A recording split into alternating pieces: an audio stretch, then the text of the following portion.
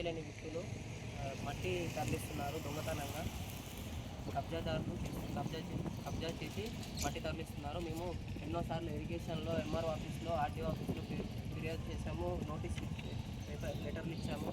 ఇంతవరకు ఎలాంటి చర్యలు తీసుకోవట్లేదు.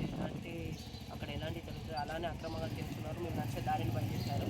మేము పోకుండా అక్కడికి పోయేసరికి ఎవరు వచ్చినా వాళ్ళ మీద గొడవ చేస్తున్నారు, ఇష్టం ఉన్నట్టు తిరుగుతున్నారు. అక్కడికి వెళ్తే మాకు భయాందోళనకు గురయ్యి మేము రోజు ఆఫీస్కి వస్తున్నాం. ఎలాంటి యాక్షన్ తీసుకుంటే తక్షణమే అక్కడ సర్వే నెంబర్ 81, 82 సర్వే చేసి అందులో నిర్మించి మాకు న్యాయం చేయాల్సిందే కోరుతున్నాం.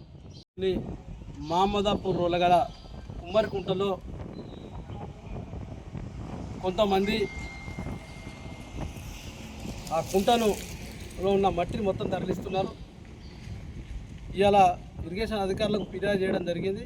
అక్కడ ఉన్న రైతు మేము ఒకటే అడుగుతున్నాం, దాదాపు ఈ రైతు మా భూమి పోవడానికి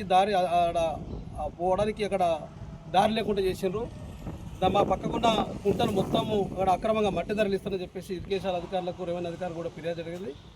దాన్ని ఇరిగేషన్ అధికారులు సీరియస్ తీసుకుని, రెవెన్యూ అధికారులు సీరియస్ తీసుకుని అక్కడ హద్దులు నిర్ణయించే అవసరం ఉంది.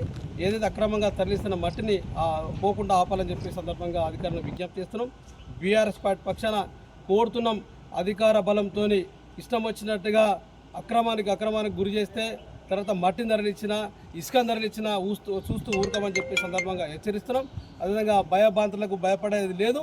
అదేవిధంగా అక్కడ కనుక ఎవరైతే అక్రమంగా మట్టి తరలితో వాళ్ళపై చర్య తీసుకోవాలి. అదేవిధంగా అక్కడ కుమ్మరికుంట దాదాపు ఎకరా 12 గుంటల మొత్తం ఉందని చెప్పేసి అధికారులు చెప్పడం జరిగింది.